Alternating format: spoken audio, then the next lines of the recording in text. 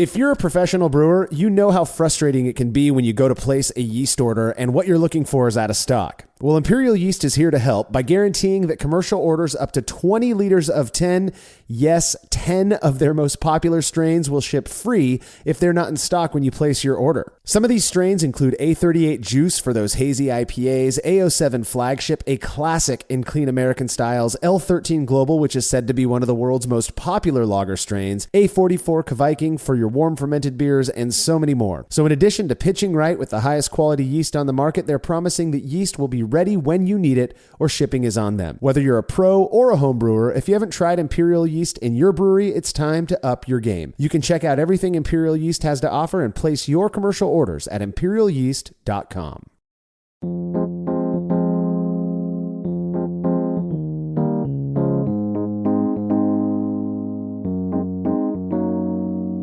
With relatively rare exception, at least up until the last decade or so, clarity in beer was widely viewed as a sign of quality, both in terms of the beer itself as well as the brewer who made it. While bigger breweries tended to achieve this through the use of mechanical filtration, historically, craft and home brewers relied primarily on time, and even then, the finished beers often didn't match the brilliance of the stuff the big guys were putting out. Enter chemical filtration, or the use of exogenous agents to fine beer. This is the Brewlosophy Podcast. I'm your host, Marshall Schott, and joining me on this episode to discuss the use of these chemical fining agents, namely gelatin, is contributor Martin Keene. Marshall, can I tell you why I am so very fond of gelatin, this thing made from cattle bones and pigskins? Please do, Martin. Because, we have a lot of brewing equipment around us homebrewers, or at least I do. I've got a basement full of stuff trying to make beer that's like as good as commercial beer. But if I just want my beer to look as good as commercial beer, as clear as commercial beer, all I need to do is I need to go to the grocery store, spend a couple of bucks on a box of gelatin, and that thing will have my beers looking clear, and I'll have enough gelatin to last me for like a decade for the cost of $5. What's not to love about that? Yeah, when I first started using gelatin, I bought the little packets of it. I think those are common, and they're like single serving little gelatin packs.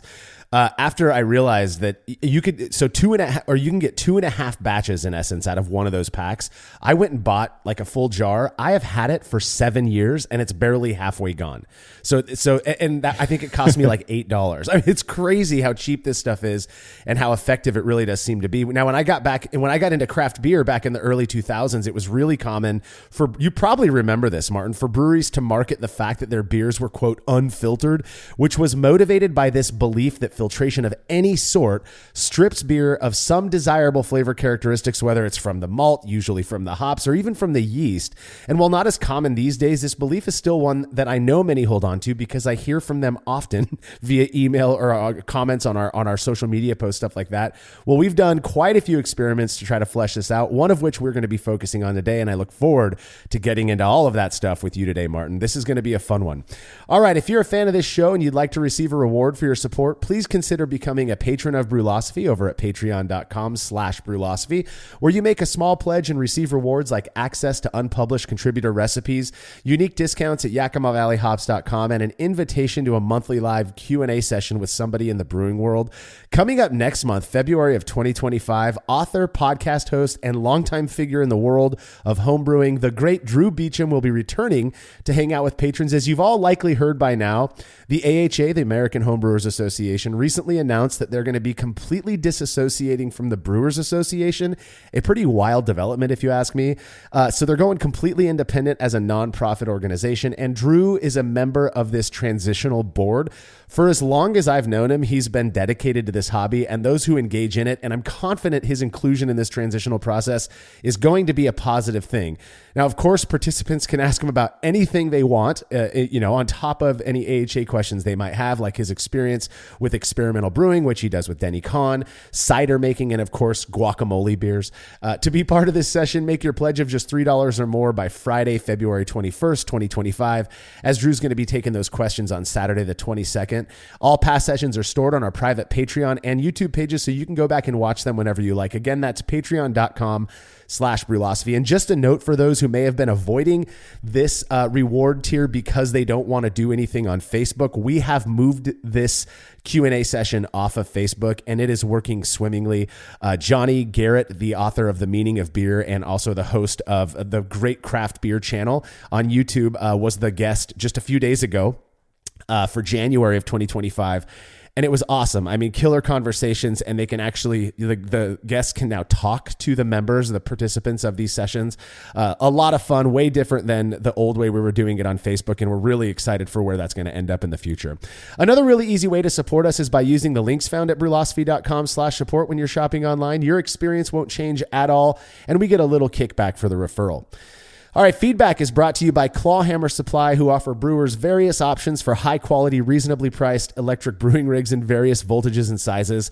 I've used their 120-volt system for 5-gallon batches, as well as their 240-volt 10-gallon setup. Both are absolutely awesome. Clawhammer Supply really puts the effort into ensuring their systems do exactly as they are intended to do in as efficient a way as possible. If you're not ready to make the jump to electric quite yet, they also sell 10 and 20-gallon brew-in-a-bag homebrewing starter kits. Whatever it is you're looking for, do yourself the favor of going to clawhammersupply.com. I am absolutely confident you're going to love their stuff just as much as we do. And on top of loving their stuff, you're going to love their YouTube channel and the guys who run Clawhammer Supply in and of itself. They're just really good people. Do what you can to support this hobby. And one way to do that is by going to clawhammersupply.com. Listener Renaud Plancha, I believe is how you say it, from Quebec, Canada, wrote in to share an interesting experience he recently had. This is a bit long of feedback, so bear with me a little bit. I felt it was worth sharing the full thing. Renaud said, "You often give tips and advice to your listeners about what works or doesn't work for you. Here's my contribution. Using Incognito and Spectrum to adjust the bitterness of an already fermented beer that's been kegged is a very bad idea, at least the way I did it. I brewed a simple pale ale to try out the hops I've been growing. I have 8 varieties, but 6 of them were planted this year. My Cascade and Centennial were in their second year, so I decided to give them a try. The basic idea was simple. Same recipe, 2 hops to compare them side by side. I'd read in several places that it was better to use homegrown hops to flavor and aromatize beers rather than for their bitterness, as the alpha acid levels are unknown. I deliberately chose to ignore the good advice and brewed 100% with homegrown hops, my man. The fermented and carbonated beers had a rather pleasant aroma and taste, but both were sorely lacking in bitterness. That's when the hive started singing, 'I hate to say I told you so' on repeat in my head. So I wanted to experiment to adjust the bitterness of the beers using the derived products currently on the market and introducing as little oxygen as possible into the already fermented beers. My local homebrew shop only had Spectrum and Incognito, so I put them to the test. I had no idea how sticky these products were. Liquid Gorilla Tape. It makes a mess on anything it touches. I started by boiling Incognito in a pot of water for 30 minutes, trying to calculate the amount of IBU it would add to the finished product. I also heated, without boiling, Spectrum that I then mixed with a little water that had been previously boiled. I cooled and mixed both together, keeping them warm so they stayed flowable. To add the concoctions to the beer without introducing oxygen, I used a large syringe coupled with a ball lock connector. I pushed the solution in, then rolled the kegs to mix everything and let the beers rest for 48 hours. Huge mistake. I introduced the Spectrum and Incognito Incognito mix from the beer outpost. It clumped up as it passed through the dip tube, clogging it. I had all the trouble in the world getting the beer out once I tapped the kegs. The flow was mediocre and I had to unclog the ball lock connector on multiple occasions. I always had clumps of hop solution blocking the connectors or on the line. The solution never really mixed into the beers, leaving floaters in suspension. The bitterness was through the roof and very, very sharp. I ended up dumping both kegs and washing them with my keg washer for a good 30 to 40 minutes each to make sure all the gunk was gone. All in all, a terrible but still fun experience. I will definitely be using these products again, but in a more traditional manner. As for my own homegrown hops, there might be wisdom in listening to what everybody says sometimes. I will not be using them for bittering anytime soon. What do you think, Martin? This is the most homebrew story I think I've ever heard. It's fantastic. I love all of this experimentation, right? Growing your own hops, seeing that, oh no, there's no bitterness in my beer. I'm going to find a new way to put some bitterness in, putting in some of these hop products, mixing the hot water. That's crazy. So thank you for your service to the rest of us for letting us know this, because I would have thought this probably would have worked. Like if you boil this stuff for 30 minutes, that it should stay in solution, and I would never have imagined you're going to kind of block up your dip tubes and all sorts with that. So yeah, my goodness. Well, so here's the deal. For those who may not know, Spectrum, both of these, Spectrum and Incognito, are like downstream Haas hop products. They're really, really neat products that I don't have a ton of experience with, but Spectrum is a flowable hop product that's intended for use on the cold side to add like really pungent hop flavor to beer. Incognito is similar, though it is intended to be added on the hot side, which, it sounds like Renaud tried to boil the Incognito first just in water. I have a feeling this is probably why the product's never really fully integrated into the beer. There is something just characteristically different about boiling something in wort versus boiling it in water. I don't know scientifically if that's the explanation or, the culprit for how sharply bitter Renaud's beer was. But if you talk to Brewlosophy's Jordan Folks, he uses and absolutely loves all of these modern hop products. And the beers that I've had that he has made using these products are absolutely world-class. They're amazing. So I know they work when used as instructed. Renaud, like Martin said, I appreciate you taking one for the team on this and testing it out. I think we've probably all made beers that just didn't have the bitterness we were hoping they would.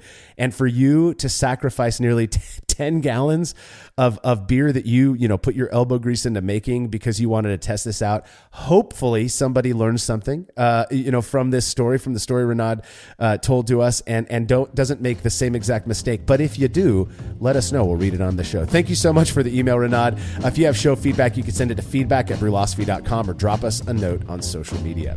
Alrighty, when we're back from this break, our focus will be on the use of gelatin fining in an American IPA.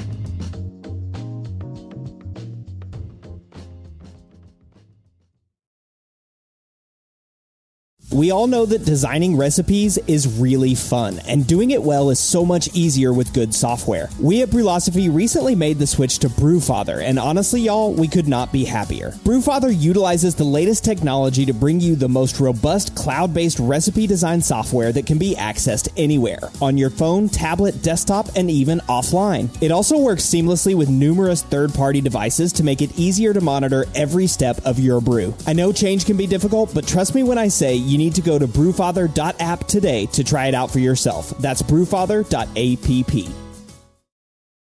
I'm no tech genius, but I know if I want my business to crush it, I need a website now. Thankfully, Bluehost makes it easy.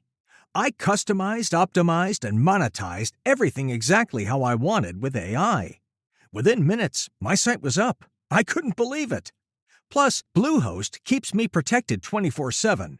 No more worrying about hackers. I just relax and focus on my customers. So, whatever your hustle may be, secure your online presence in 2025 with Bluehost. Head to Bluehost.com to start now. There's no denying that stainless steel is the best material for brewing equipment, and Delta Brewing Systems offers some of the lowest prices on high-quality stainless gear, like the Firm Tank, which in addition to holding 8 gallons or 30 liters of wort, comes with a domed lid to even further reduce the chances of a messy blow-off. Plus, it can hold up to 4 psi of pressure for closed transfers. Delta Brewing Systems also has their own line of brew kettles, as well as one of the lowest-priced all-in-one electric brewing systems out there, and their prices are shockingly low. If you're in the market for legit stainless gear that won't break the bank, do yourself a favor and head over to deltabrewingsystems.com today.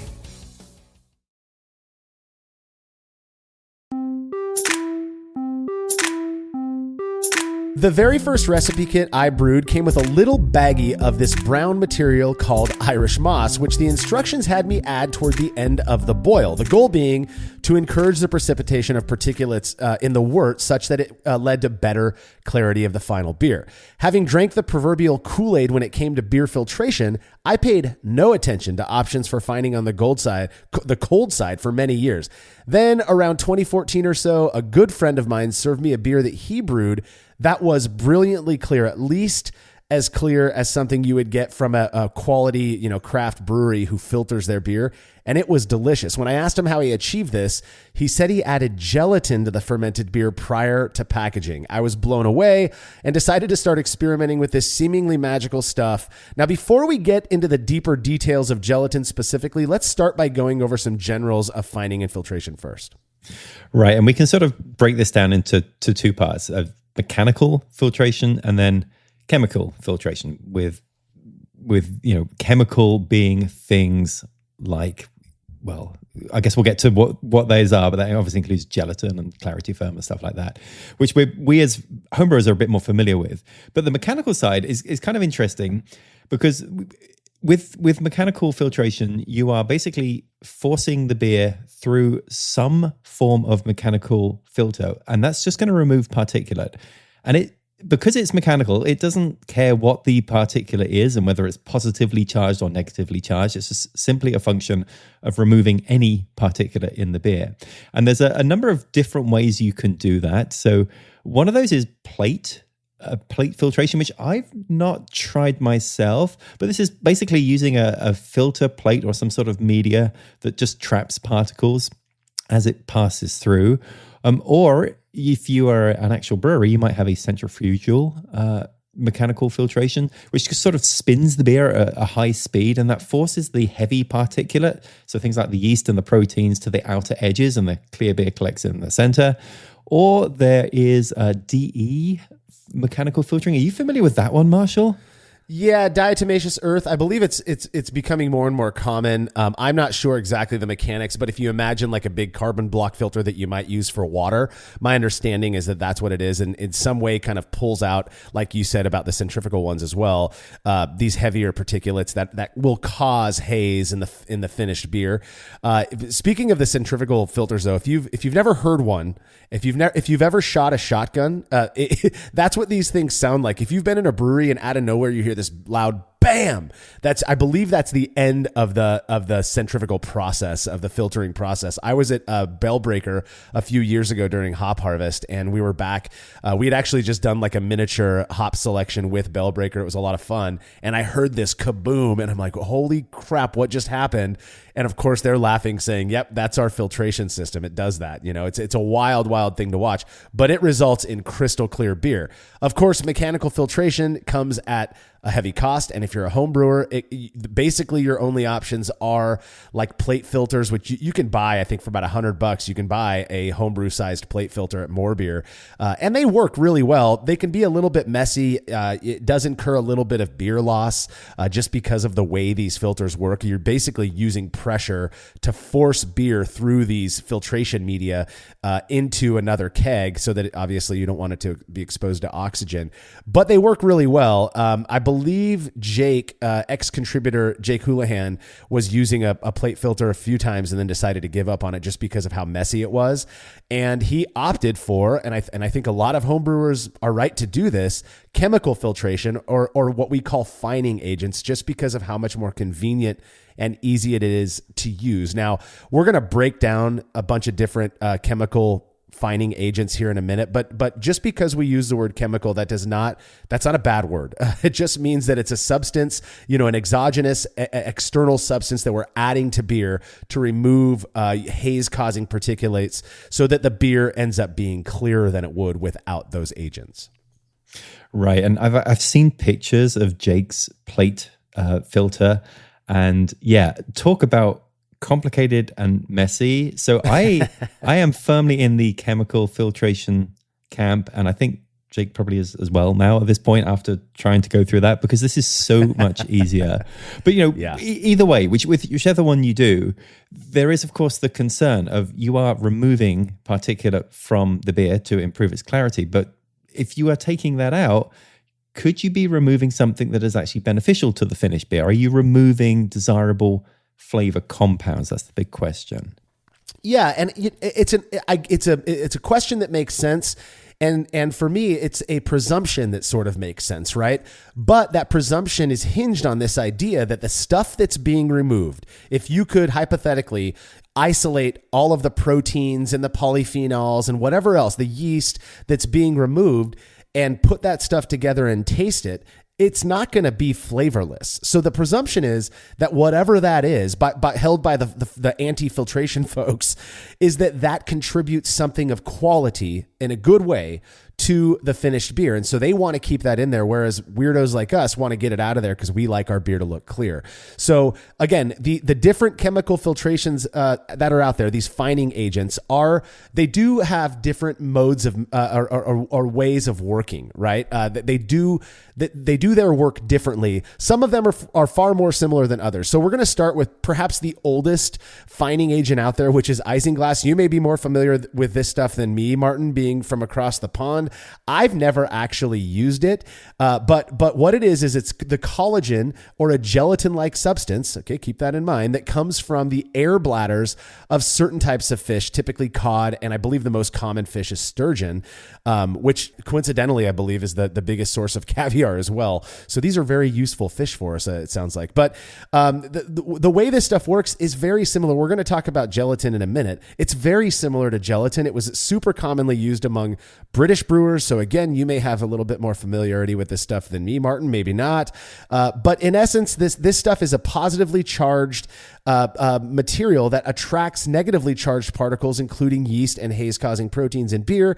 And then as these things clump together, they become heavy and more readily and rapidly fall out of solution, resulting in clearer beer. It makes perfect sense. It's a very simple mechanism. And according to Johnny Garrett, who was our guest for the Patreon live Q&A just a couple days ago, he made a comment during that Q&A that I found really interesting, that to this day, brewers have yet to find something that's as effective as isinglass when it comes to filtering beer for clarity. And I wonder, I'd be fascinated to pick some of this stuff up and compare it to gelatin to see. I guess we'd have to like monitor the time and stuff, but I've never used it. I don't even know if I've seen it like at the homebrew shop. Have you ever used isinglass? Well, no, isinglass, the caviar of filtration. I've not used it either. But yeah, it seems like every time we talk about a British beer, we do talk about it. So I've actually started to look up maybe getting some, and you can buy it. A few homebrew stores do sell isinglass. It comes either in a sort of jelly sort of powder, or it can be in a pre-mixed liquid. But if you get the solid stuff, apparently for a 5-gallon batch, you only add like between 0.5 gram and 1 gram of the isinglass, but you add it to about 200 milliliters of water. It needs to be distilled water, and add it from there. And yeah, as you say, Marshall, kind of the basics of this stuff is positively charged, and it attracts negatively charged particles, which are things like yeast and haze-causing proteins. Opposites attract. So yeah, that's what they sort of they're bound together, and then they fall out of solution based on that. So they sort of clump together. It's used also in winemaking, and historically it sort of has been used for things that gelatin is used for today as well, like jello and desserts, just as sort of a gelling agent as well. But yeah, it's not commonly used today. But the other thing, you hear about it, it's like, ooh, air bladders from certain fish. That doesn't sound like something I want to put in my beer. And then somebody tells you what gelatin's made out of. So yeah, maybe not so bad after all. Obviously, the way we're talking about this, I don't think it needs to be said, but I'll say it anyways, that this is not a vegetarian or vegan friendly product. So there are options. One of the more common ones, if you are looking for a non-animal product to use to help clarify your beer, you can go with Biofine Clear, which is described as, quote, a purified colloidal solution of silicic acid. I don't fully understand the science behind how any of these things work, but I am good at Googling things, so I'm just going to read what I found online.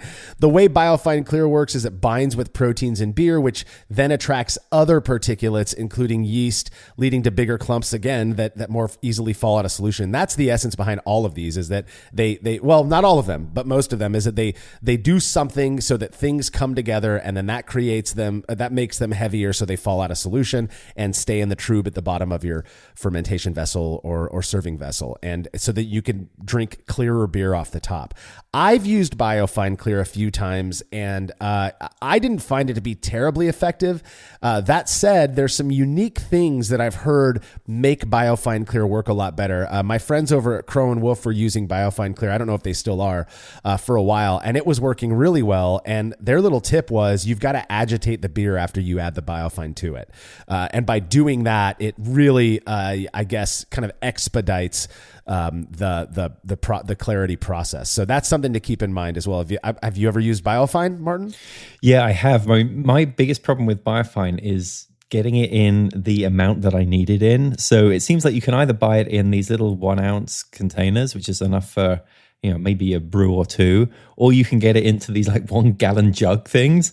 And I need something in the middle of that.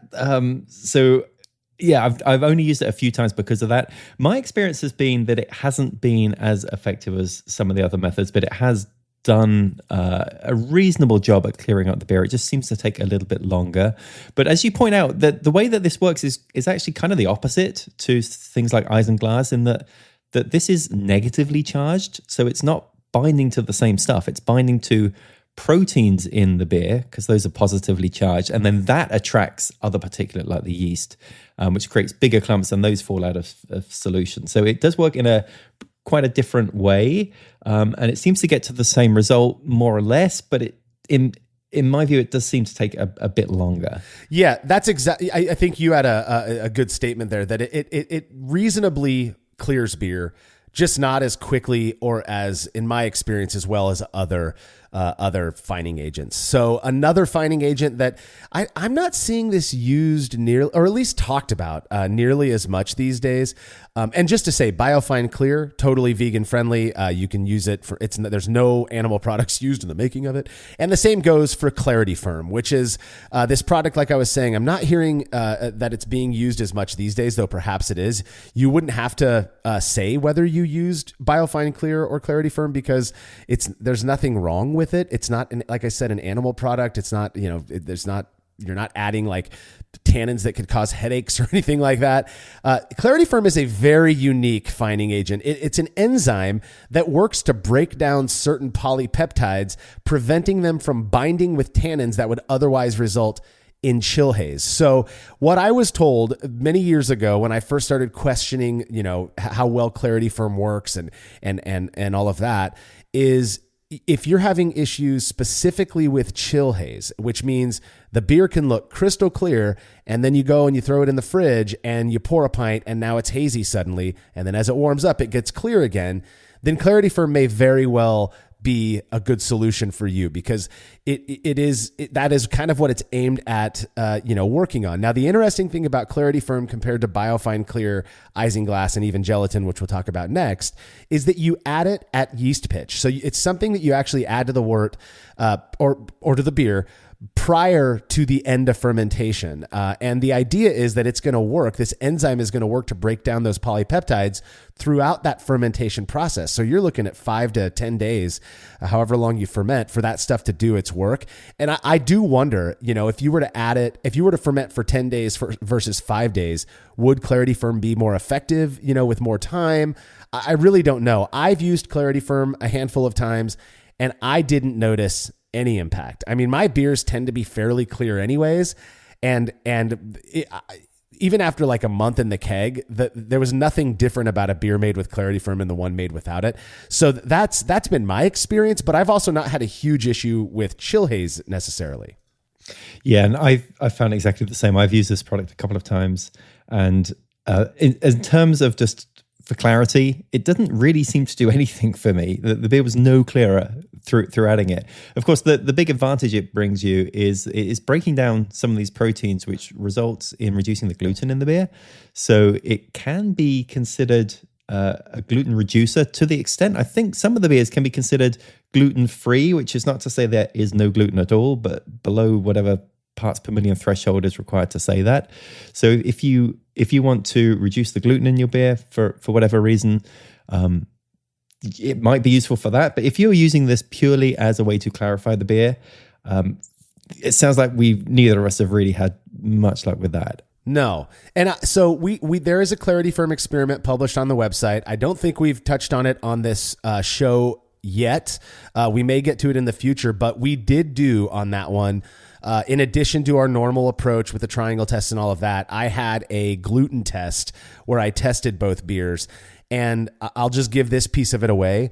Neither beer had measurable levels of gluten in them, even the one that wasn't fined at all with anything. So I'm not sure how helpful of a result that one was, and maybe that contributed to the lack of clarity as well. I really don't know. I am not a big fan of Clarity Firm. There are other chemical fining agents that I just would prefer to use over that. The main one being gelatin. And for the reasons that we discussed at the top of the show, it is so cheap. And in my experience, it is insanely effective. I'm not vegetarian or vegan. I don't mind using this stuff.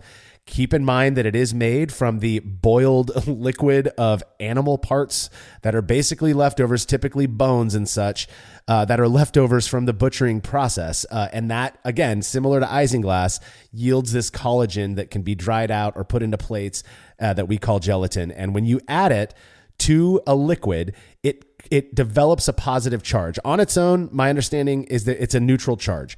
But when it's mixed with water or wort, in this case, or beer, it creates this real light positive charge that attracts the negatively charged particulates in wort in the same exact way isinglass does. Those flocculate together, they clump together, get heavy, fall out of solution. And I'm telling you, it works so fast. 12 hours, you can add it at night and keg the next morning, and you're likely going to have, at least if it's not crystal clear, it'll be far more clear than it was before. Yeah. Now I looked up what is these animal body parts that are involved here, which I kind of wish I didn't. But the fact that I did means I'm going to share it with you all as well now. So gelatin is derived from the collagen from connected tissues, bones, and skins of animals. And in particular, if you were curious which animals, typically it's either cattle bones or cattle tendons or pig skins or fish bones. So that innocent looking powder that we sprinkle into our beer, that's where it comes from.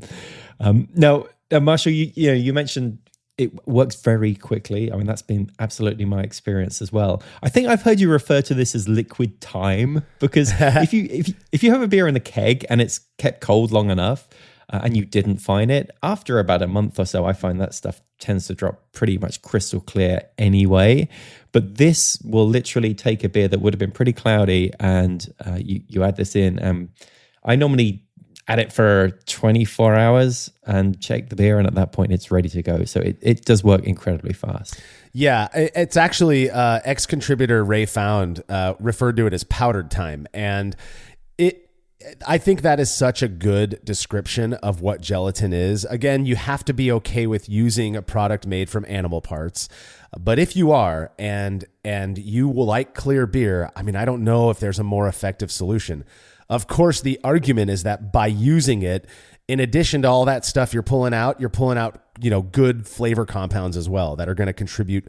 That's going to make the beer not as good as it would have been had you not find it with gelatin. So to use gelatin, it is insanely easy. Like I said, it's very efficient. It's very cheap. You can go to any grocery store and get any unflavored gelatin and it will work. For a 5-gallon or 19-liter batch, your typical homebrew size, and this is linear. I've done it with 10-gallon batches, and you just double the amount that you use. It's very simple. All you do is dissolve a half a teaspoon. We're talking 3 grams of unflavored gelatin powder into a quarter cup of boiling water. And you can go any way you want about mixing the gelatin in the water. You just want to make sure that it's fully dissolved. And then you add that solution to fully fermented beer that has been chilled to, around 50 degrees Fahrenheit, 10 degrees C or cooler. We've done experiments on adding it to warm beer. It doesn't seem to work as well. I think there is something to say about when you add that gelatin, you kind of want it to, for lack of a better term, to be shocked and then attract that stuff immediately, as opposed to having to chill the beer down first, and then the gelatin that fell to the bottom of the fermenter now has to do its work. So add it to cool beer. And then you let it sit for 12 or more hours. I mean, we've done gelatin experiments, not even an experiment. I've made beers where I gelatin fine and I go on vacation for a week and a half and I come back, the beer's crystal clear. I keg it up and within a day, I'm drinking a nicely carbonated, burst carbonated, of course, clear beer. I mean, I love this stuff for that reason. Now, when it comes to fining with gelatin, there are a couple of different places you can do it. For me, I've always preferred fining with gelatin in the fermentation vessel. We've got other contributors who prefer doing it in the keg, and it works perfectly fine. So you cold crash your beer in the vessel. You force transfer it to a CO2 purged keg where there's some gelatin solution in there. It's already cold. And then you let it sit overnight, and then you pour off the first couple of pints of sludgy stuff, and now you've got clear beer. It's just a super effective way to achieve clear beer. Yeah, absolutely. And my preference is to add it into the fermenter. That way, all of the particulate is going to fall out into the bottom of the fermenter and not in the keg. And that way, if I kind of end up moving the keg around a little bit, and I don't have to worry about that getting put back into suspension. I mean, my process for this is, I follow pretty much exactly what you said, 3 grams into 60 milliliters of water. I just put it into a little cup and measure it all out. And it's just cold water out of my tap. And then I put that in the microwave for about 30 seconds. And I try to get it to around 160 Fahrenheit or 70 Celsius, somewhere around there. It does need to be warm. It doesn't necessarily need to be boiling, but you at least 160 Fahrenheit. That way, otherwise it's just going to be super gooey, and it's not going to it's not going to get into solution properly.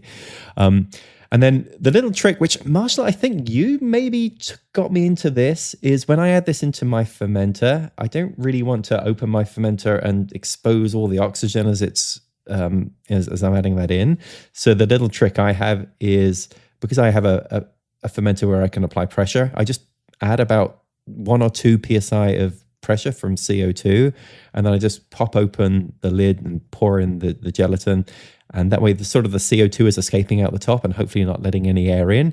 And then I just close up the port and call it done. And that's worked really well for me. Even styles where oxygen ingress could be a concern, it hasn't proved to be an issue if I just give it a little bit of pressure when I add it in.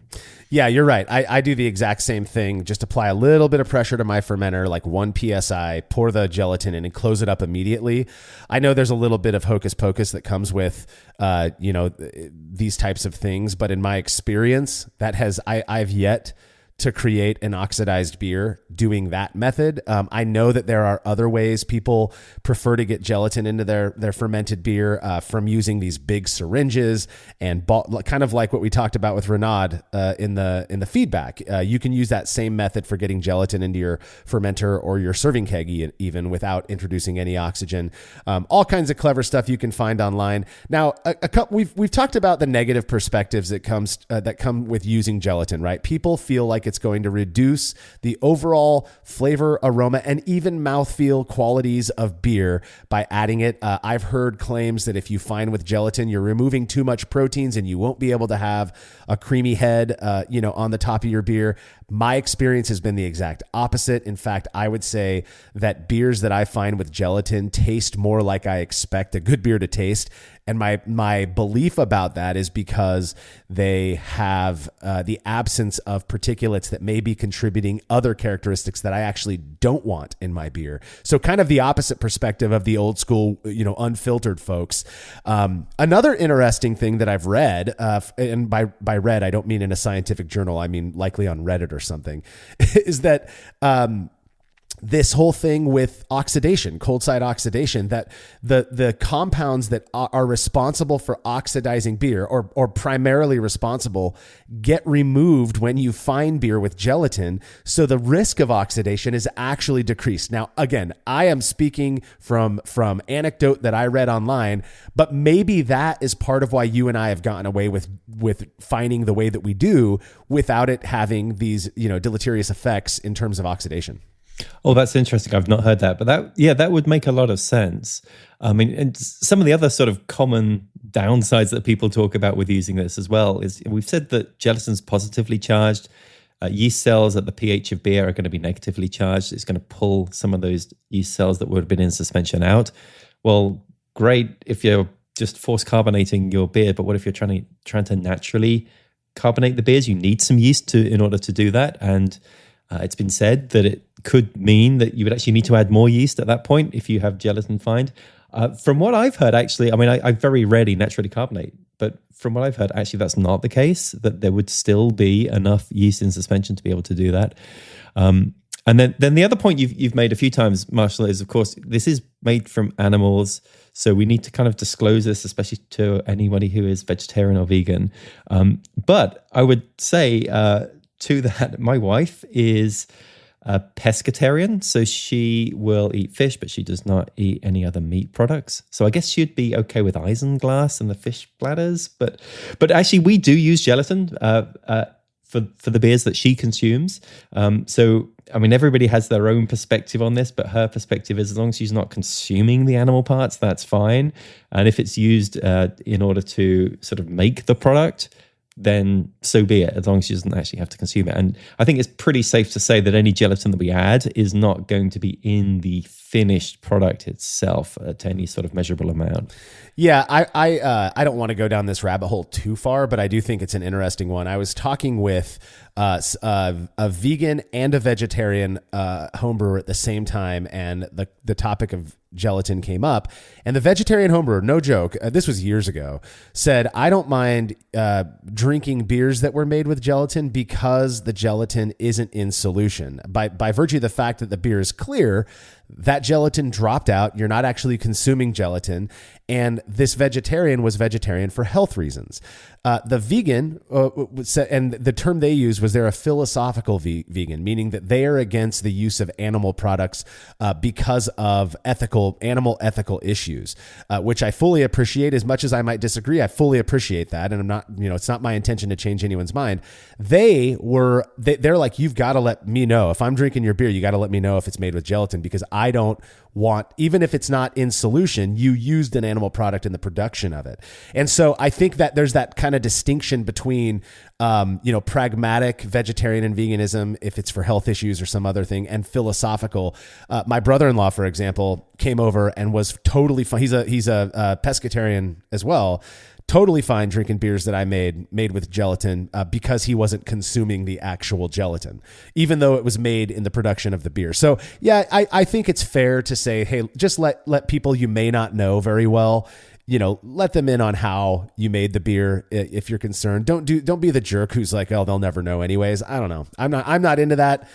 Maybe some people really don't care, but we will move away from that topic because I know we could go so deep into it.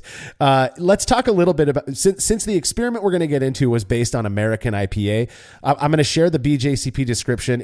They have it as a decidedly hoppy and bitter, moderately strong, pale American ale.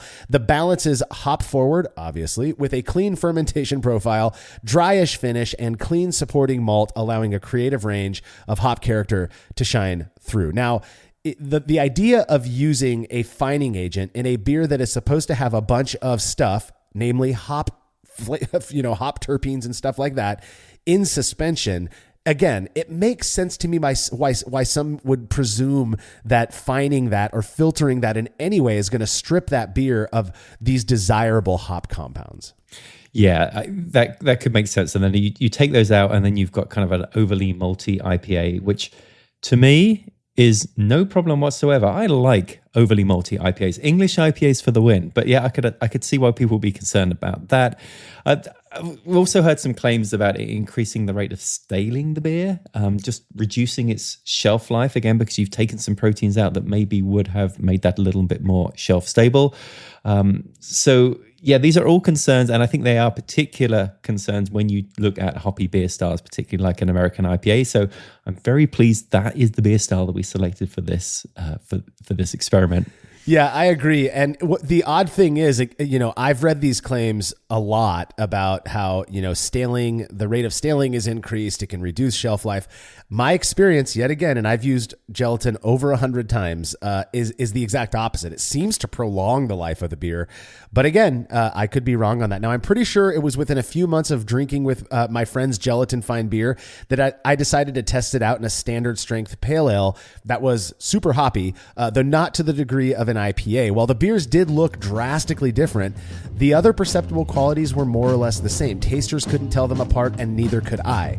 Well, a couple years ago, we decided to revisit this variable, only this time on a highly hopped American IPA. Results from that experiment when we're back from this break.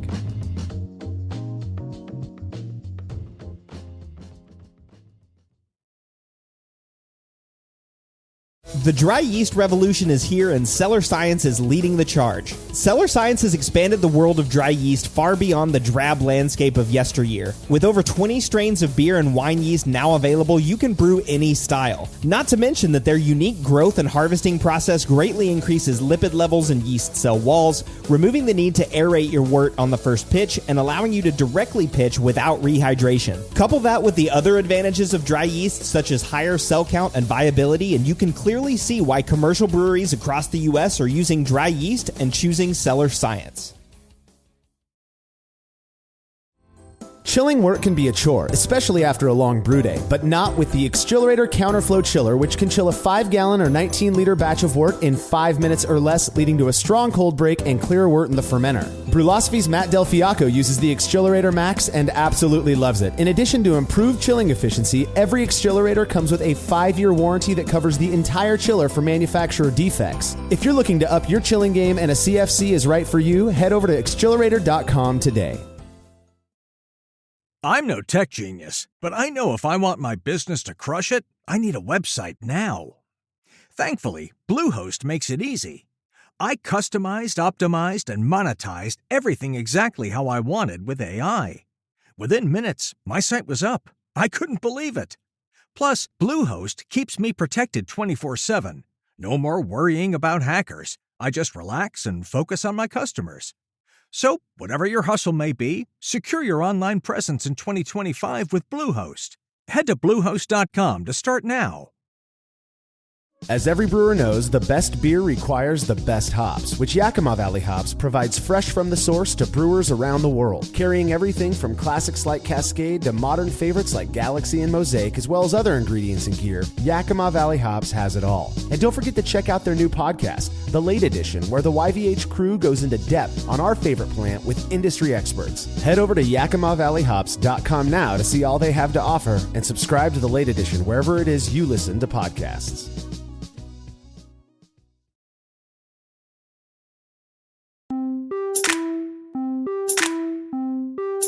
Like many homebrewers, one of the styles I brewed most, at least in the beginning, was IPA, and while I always aimed to make the clearest beer possible, I found it difficult due to the high amount of dry hopping I was employing. That is, until I started using gelatin fining. My word, did this stuff do the trick, and it did it so fast. But was it also having a negative impact on the flavor of my beer? That is exactly what ex-contributor Paul Amico aimed to find out in an experiment he performed a couple years ago.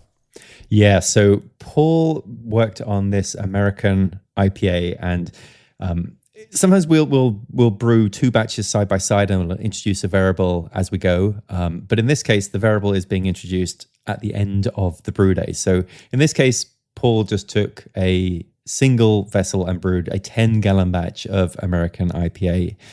And the recipe for this was pretty simple from the malt bill perspective. So it's 87% pale malt from Mecca Grade Estate, then 7% golden naked oats, which I guess is going to really help a little bit with the mouthfeel, and then 4% of Vienna style malt and 2% honey malt. So that's pretty solid base there for the recipe. And then of course, this is all about the hops. So the brewing process was Paul brewed this mashed this for 60 minutes at 152 Fahrenheit, 67 Celsius, removed the grains, brought the wort to a boil, and went about adding in a whole bunch of hops. In particular, this beer featured a lot of Lupamax hops. So the 60-minute bittering edition was 15 grams of Amarillo. I don't have the recipe in front of me, but 15 grams of Amarillo Lupamax is probably fairly high in the IBU count, even though it's a small amount. And then 30 minutes were 14 grams more of Amarillo Lupamax, 20 minutes, 14 grams of Centennial Lupamax, and then 2 minutes, 28 grams of Centennial Lupamax and 15 grams of Amarillo Lupamax. That resulted in a beer with an original gravity of 1069. That was split between 2 fermenters, and then into each one of those fermenters was pitched a single pouch of Imperial Yeast A07 Flagship.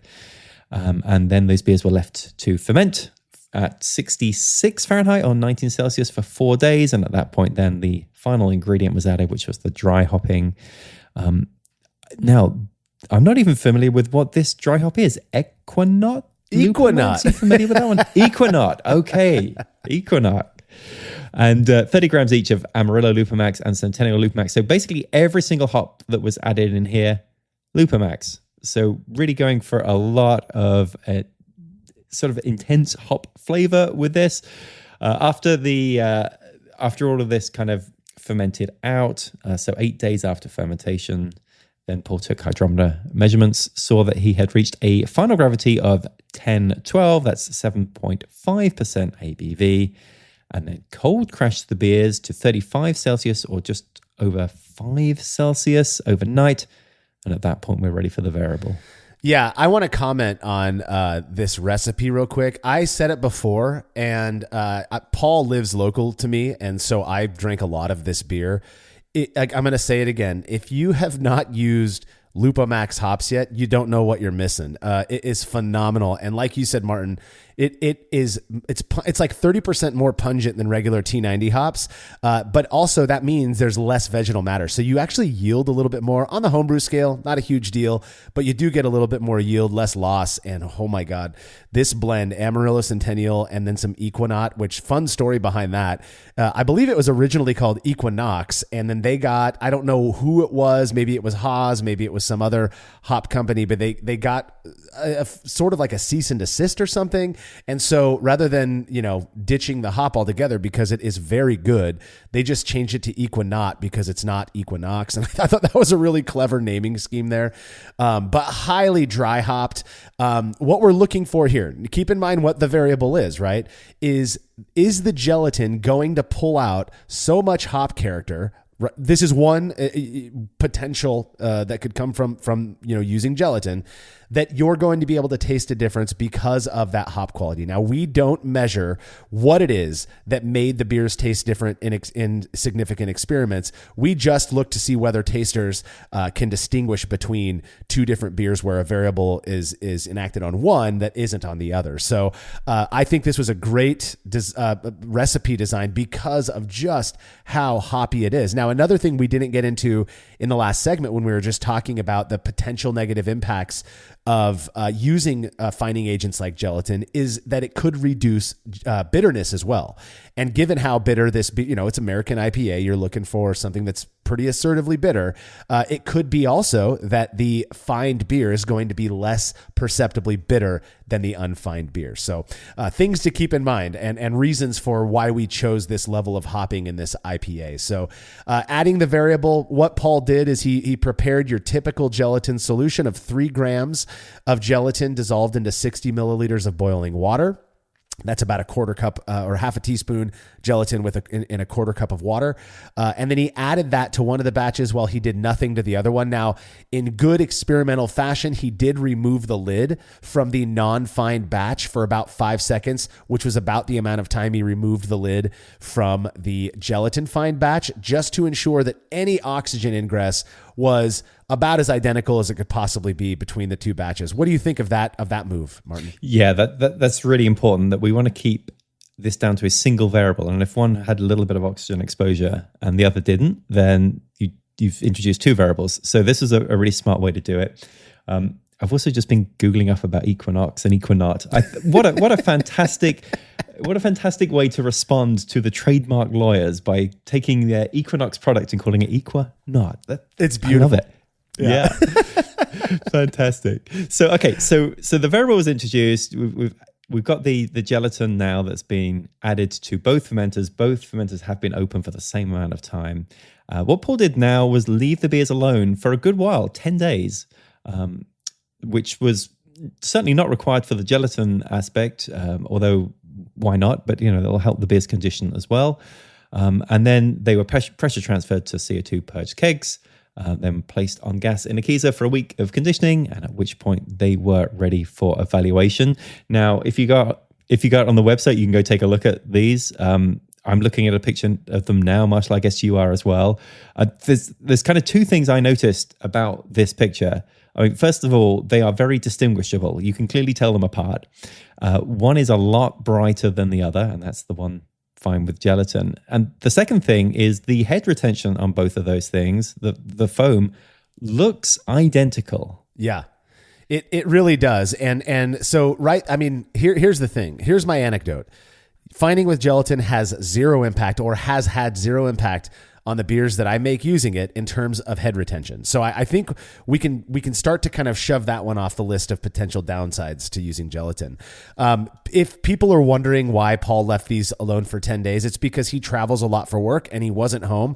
But what I liked about that is that he gave the non-fine batch, he gave it a chance. He gave it a fighting chance, right?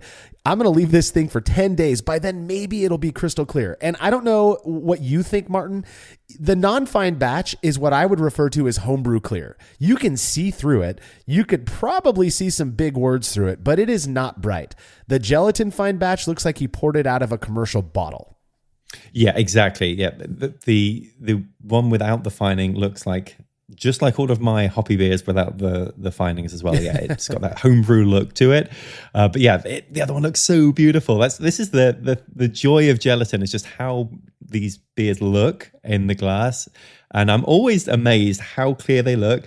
And you know, I guess this is a personal preference thing as to how clear you want your beer and how much that matters to you. But to me, when you see a perfectly clear beer like that, I just think it looks beautiful.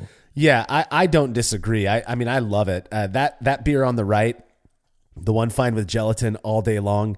The one on the left, I would drink that all day long as well. If you serve that to me, I'm not even going to question it. It still looks good. But if you're looking to spend about 15 cents to make it look that way, that commercial way, and arguably reduce conditioning time, because what is it we're waiting for with conditioning? I know there are people out there who say something magical happens when you let beer sit over. Yeah, that's called oxidation. It's called staling, in my opinion. If you can reduce the time for it to become crystal clear, you are going to taste unarguably fresher beer. And I like that, whether it's IPA or its hops. Now, maybe it is reducing some other positive qualities. That's why we do experiments like this. Now, before we serve these beers to our panel of blind tasters, we always perform our own set of kind of semi-blind triangle tests. And in this case, Paul only got 1 out of 5 of his personal triangle tests correct. Now, I want you to keep this in mind. He knew everything about these beers. He had been drinking them side by side a whole bunch before serving them to tasters and before taking his own triangle test. And even then, when he's blinded to the way they look, when he cannot see the difference between these beers, he could not tell them apart. And this is a guy, as we all do, when you're drinking these beers side by side in clear glasses, it's easy in your mind to be like, oh yeah, they taste different. And here's what I think is different. We may even admit that it's a small difference, which is exactly what Paul did. But when he was blinded to that and he couldn't see the clarity difference, he said that they tasted exactly the same. And on top of that, he still admitted he preferred the gelatin fine beer. Why? Because it looked prettier. Yeah, this is the power of suggestion. I love how Paul did include this in his article, that when he could see the difference in clarity, he did think that the gelatin beer was just ever so slightly better, but couldn't tell the difference when you were blinded to that. So, yeah, absolutely. This is why we serve these beers in these colored cups, that are these opaque cups that people cannot see through, because we are trying to take the visual differences out, because that can really mess with our brains. Yeah, without a doubt. And I actually had the opportunity to sample these beers side by side and have, blame it on the fact that I've done so many of these experiments myself and have been wrong so many times.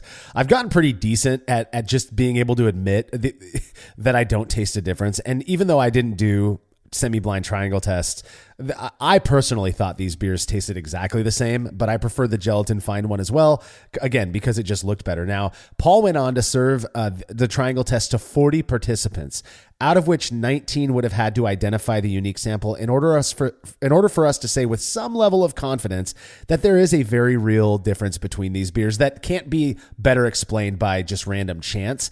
In this case, very interestingly to me, 21 people identified the odd beer out, meaning this is a significant, by our, p-value standards, this is a significant finding, again, which allows us to say with some level of confidence that there really does seem to be a difference between these beers. And given the controls that we employed when brewing these beers, the easiest thing to point at would be the use of gelatin fining. That's fascinating to me, considering the fact that I believe this is the only experiment we've done on gelatin that returned a significant result. What do you think about that? Fascinating. My reaction was shocking. I was amazed at this result because when I was researching some of the other experiments we've done on gelatin fining, or really any fining, for a Brewdosophy Show episode, I went through and every other experiment I saw was non-significant for this. So to come up with one where people could actually detect a difference, I was blown away by that because this is the only time we have found a significant result through fining. So one of the, possible explanations for this positive result is that it's a type 1 error, or what's called a false positive. I believe that's type 1, just meaning that it returned a significant result when in reality that was just by happenstance, random selection happened to be a little bit more weighted toward the odd beer out. I don't tend to think that that's the case in this, particularly given we've done nearly 600 experiments and most of them aren't significant, or a good portion of them aren't significant. I think it's something like 58 to 60% don't return significant results. In this case, it did, and it did so with a participant pool of 40. Our N was 40 tasters. So 21, over half of these tasters were able to identify the unique sample. I think there's some weight to that, and I think we need to take that into consideration. Now, it would be easy to assume right off the bat, because the variable is something that I think historically has been viewed as having a detrimental impact on the quality of beer, it would be easy to assume that the gelatin fine beer was worse than the unfined beer. We do not dig into that with our experiments. If we had a lab and students willing to work for free, then maybe we could go that route, but we don't. So one of the questions we ask with a significant result is we tell the tasters, now, get rid of one of these beers. And for the tasters who got the triangle test right, that is one of the two similar beers. So sitting in front of them now is the two different beers. We ask them to taste those and just pick the one they like the most. They always have the option to say that, well, they do taste different, but I don't have a preference. And in this case, 2 people said that. They also have the option of just admitting, I don't actually really taste a difference. I was just guessing on the triangle test. 3 people said that. So of the remaining 16 people out of the 21 tasters who were correct on the triangle test, 11, over half, a majority, said that they preferred the beer that was fined with gelatin, whereas only 5 said that they liked the beer that wasn't fined at all. If we give any weight to this preference, which you know that I really don't because of the subjectivity of preference, but if we put any weight in this, this would seem to suggest that the beer fined with gelatin was more desirable, was actually better than the one that wasn't fined with gelatin. And in my experience, I'm going to give that a little weight because that has been my anecdotal experience as well. I like beers fined with gelatin more than ones that are made without it overall, not just because of the clarity. I feel like they are ready sooner. And by ready, that stuff that's in there that might add that tiny little tinge of something different. I don't want that there. And so I think this is just an absolutely fascinating finding that can be interpreted in so many different ways, but I'm going to stick with my interpretation of it. Yeah, I like how the fact that these results will actually disappoint the pro and the anti gelatin camps equally, because if you're pro gelatin, use gelatin, it will clear the beer up and you won't be able to tell a difference. Well, whoops, it looks like they can tell a difference. And if you're kind of anti gelatin, that you're taking out all of these flavor compounds, you're going to make the beer worse. Well, no, actually, they preferred the gelatin beer. So, yeah, this is such an interesting result and very strongly favoring the beer that was fine with gelatin in this. Yeah, and I will say, having had these beers, both were absolutely excellent. Again, I'm not going to sit here and say that if you don't find your beer, you're not going to make a good IPA. No, it will be a little bit hazier if you don't, probably, and that's totally fine. I'll drink the hell out of it. I have probably consumed more unfined beer in my day than I have fined. I've no issues with it, but for me and my beer, I want it to be clear, and I have no issues using gelatin, and I've found it to be so much more effective than any other fining agent out there. So much cleaner, easier, and less waste than mechanical filtration, which I have tried a couple times. No, thank you. Just a really neat finding here that even though it is significant, indicating that there was a distinguishable difference between these beers, this is one where that preference rating I just thought was kind of overwhelmingly for the fine beer that it does. It's confirmation bias. I'll admit that. It's interesting to me. So we did get some reader comments on this one. As you might have guessed, I'm going to keep finding my beers with gelatin, as I imagine you're going to as well, Martin. And in a weird way, these results buttress that. Now, the first comment that we got from a reader of this article comes from Bel Air Brewing, who says, "You drink with your eyes first. Hazy beer was for many years considered to be a flawed beer. I still consider haze a flaw," them's fighting words, "in any beer style we brew. The haze craze is merely a fad, and people return to their brewing senses in a matter of time." Well, Martin, I know that you're going to have thoughts on this. I think this was done about 3 years ago. And as far as I can tell, while the entire beer industry is shrinking a little bit, there's no change in the craze that people have about haze. Right. But if a beer is supposed to be hazy, it's a hazy IPA or it's a Hefeweizen or something, then let it be hazy. But if it's not supposed to be hazy, then I would much rather it look like the commercial examples out there. So I don't think you necessarily need to find every beer, although I will find things like a stout, even though that's a darker beer. I still prefer the look of a clear stout, even though it's not quite so apparent that you've added it in. But if it is appropriate for the style, then yeah, I'm going all in on the fining. I'm also not convinced that I use gelatin just for appearances, just for clarity. I truly believe it, like to revert back to that saying, liquid or powdered time. I truly believe that's what it is. I think it helps to condition and age beers in the ways that we want them a lot faster than if you don't use it. And so I'm a big fan. I particularly love it when I'm making, pale lagers, whether they're fermented cool or warm. I don't want to wait, 6 weeks for my beer to lager. And in my experience, by using gelatin, you are expediting this thing that would traditionally take more time, in my opinion, purely because it takes so long for yeast to fall out of solution. And if you want to believe, I have not found evidence that suggests that the yeast is actually doing more stuff while it's just sitting in suspension at 42 degrees or whatever it is people like to lager at these days. Use gelatin. It turns it around faster. People enjoy it. I love it.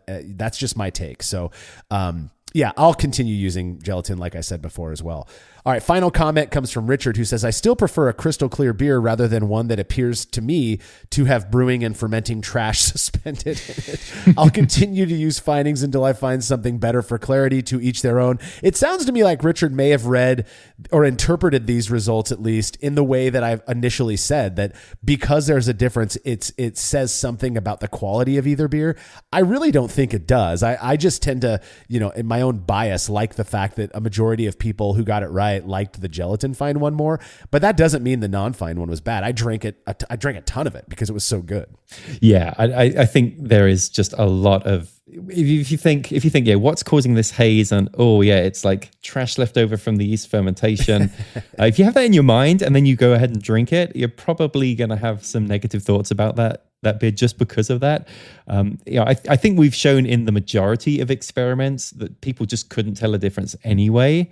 So it probably is not a huge deal either way from a taste perspective, although Marshall, it sounds like you do much prefer the idea of a fined beer than one without, but many people don't seem to be able to tell a difference from that.